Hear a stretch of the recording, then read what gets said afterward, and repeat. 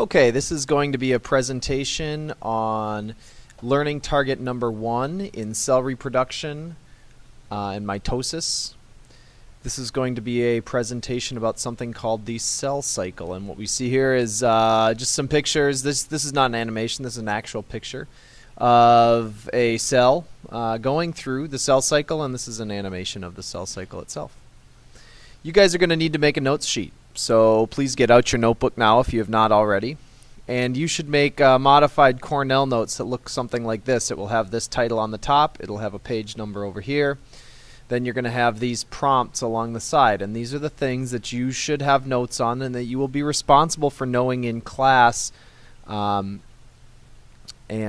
which you will see on an assessment. So let's review quick. First of all, if you remember back to our unit on cells, we gave you a couple of parts of the cell theory that said that cells are the basic unit of life and that all living things are made of cells. So what does this mean? This means that in order for life to grow, develop, heal wounds, or even to create new life, we need more cells. If it's the basic unit of life and if all things are made of them, then if any of these things are going to happen, more cells need to be created. Okay, so if we're going to grow, if we're going to exist, life requires more cells. That's a pretty basic idea. Life requires more cells, so we need more cells to grow, develop, and heal. So where do these extra cells come from? Understanding that is an understanding of the cell cycle. Here's a quick diagram of the cell cycle. Don't draw this one, you'll see a better one later. But look at the main parts. There's this G1, S phase, G2, mitosis, and they go in a cycle except for the few cells that cease division, that never divide, and we'll talk more about those at the end. But every other cell goes through this cycle. The cell cycle is defined as this. It describes what cells are doing at different stages of their life. And here's some of the things that cells might need to do. They might just need to carry out normal cell functions. Okay. Some other things cells are going to need to do would be replicating DNA. We just learned about DNA replication, and that makes it possible for cell division in the first place. They might need to grow so that they can divide. They might need to get bigger. They do need to at times divide up the 2 copies of DNA that they replicated. And finally, the last step, if they're going to fully go through the cycle and go through cell division, they need to divide one cell into 2 cells. So here's a better diagram, or a more clear diagram of the life cycle of a cell, the cell cycle. And it's divided into 3 main stages. The first is interphase.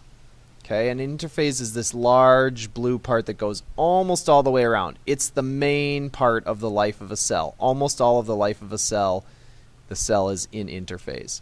And interphase has some smaller pieces. There's a G1 part, there's an S part, there's a G2 part, and for right now, just notice that these are smaller pieces of the whole thing, and I'll explain in a little bit what those parts do.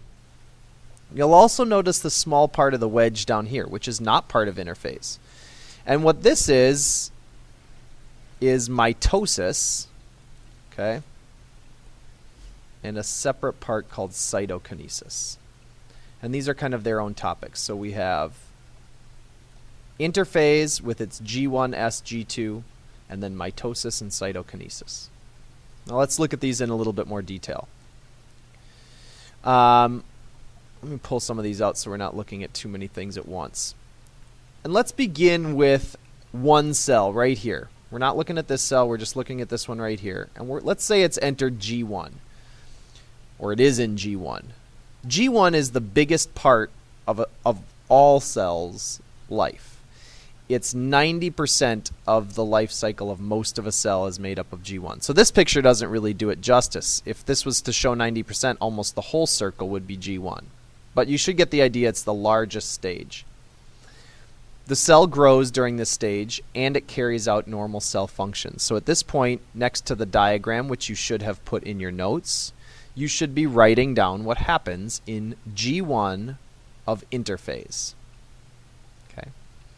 So it's carrying out normal functions, like if it's a muscle cell, it's being muscle. If it's a kidney cell, it's being kidney, and so on. Second phase is the S phase, the S part of interphase. And during this part of the cell cycle, DNA replication occurs.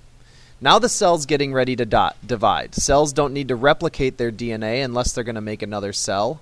So they replicate the DNA so that that new cell can get a complete set of the DNA. Now we have G2 of interphase. And here, G, in this case, basically stands for growth. The cell is going to grow so that it's big enough to divide into two and still, be two sort of reasonably sized cells. Then we have mitosis, and this is mitosis right here. Okay, so draw an arrow to mitosis. It's when the two copies of the DNA that were made during replication here in the S phase get divided up. And then the last stage, which is the completion of the cell cycle, cytokinesis, the cell divides. And that's why here we see two cells. Because at the end of this little piece, right here, the mitotic phase, we have two cells. And then each of those cells begin G1 and start interphase, and the cycle continues. Now, you should also understand why cells would go through this whole cell cycle in the first place. Some cells never complete the life cycle. They never go through the cell cycle. They stay in G1. They're created usually when you were a fetus or when you were very young, and they stay that way forever. What does that mean? That means they never complete DNA, this should say DNA replication, the S phase, so they never do that phase, and they never go through cell division, mitosis and cytokinesis. So they never divide. So why should you care? Why would this be important for you to know about? Well, what that means is that cells that never go through DNA replication, these cells are never going to be replaced. If you lose them, if they die for some reason, they're gone forever. So what are some examples of these? These are cells that are pretty important not to lose. Heart cells, nerve cells, that's like your brain and spinal cord. This is why somebody with a broken back or who breaks their spinal cord never walks again, because their nerves can't heal. Or if you have brain damage from, using drugs or a head injury, you're never going to get those cells back. Cells of the eye, if they get damaged, they can't regrow. So some cells never leave G1 and complete the cell cycle again. On the other hand, some cells regularly complete the cell cycle. So what does that mean? Well, that means they divide often. Okay? Why is that important to you? Well, these are cells that your body uses to grow, or when you're injured, to heal injury. So what are some examples of those? Bone cells. They grow pretty quickly.